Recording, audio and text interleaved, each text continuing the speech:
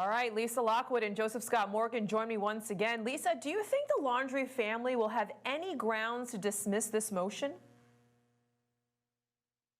Well, they're saying that the issue that keeps coming up is the fact that there were no charges against the Laundrie parents, so they would not be able to invoke their Fifth Amendment right and to clam up and not talk about it.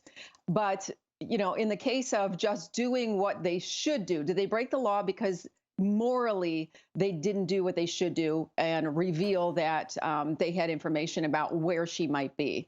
So I don't know the legal standard. So it's a guess right now for me, but I do see them making a good case for the Petito family.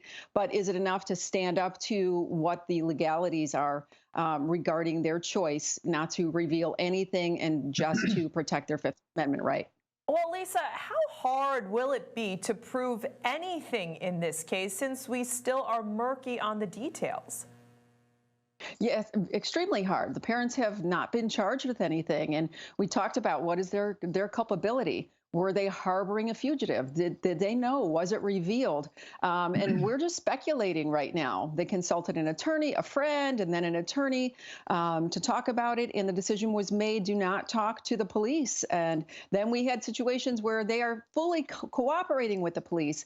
And if that was the case, we would have found Gabby Petito much sooner because we do know that Brian knew exactly where she was. He disappeared. The timeline that they revealed regarding where he was, and he was at the house. The police suspected he was at the house the entire time, that he was not a fugitive. And it turned out later, the parents revealed, oh, no, he did leave a few days ago. And then there was the whole skirting of the car from the Grand Teton, not the Grand Tetons, the creek in which they ended up finding him and finding the vehicle. So there definitely was a situation where the parents were hiding and not disclosing anything about the whereabouts of their son.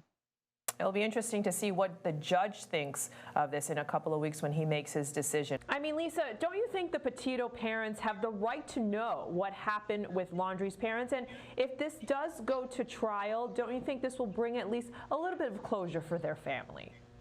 Oh, without a doubt. And I know that they have the empathy of the entire nation, if not the world, the people who were involved with this case from the very beginning when we saw the video footage of her crying, when we knew that we were looking for him, and when we had characters like Dog the Bounty Hunter. I mean, this really just tied up all of our national media news networks because we so wanted to have a good ending, but our guts told us that it was not the case. And truly, I just felt for the Petito family so much and just thought to myself, why are they not speaking? Especially after seeing the photographs and video footage of them out on a little vacation and he's there with his nephew and they're happy and they're celebrating. And yes, I think it fits the criteria of intentional infliction of emotional distress on the Petito family. They were aware of what happened, and they failed to take that care in the relationship that they had with Gabby's parents after years of knowing these people and knowing their children were engaged, to completely disengage from them, block them, and not say a word. I just think it's hideous. Very well said, Lisa.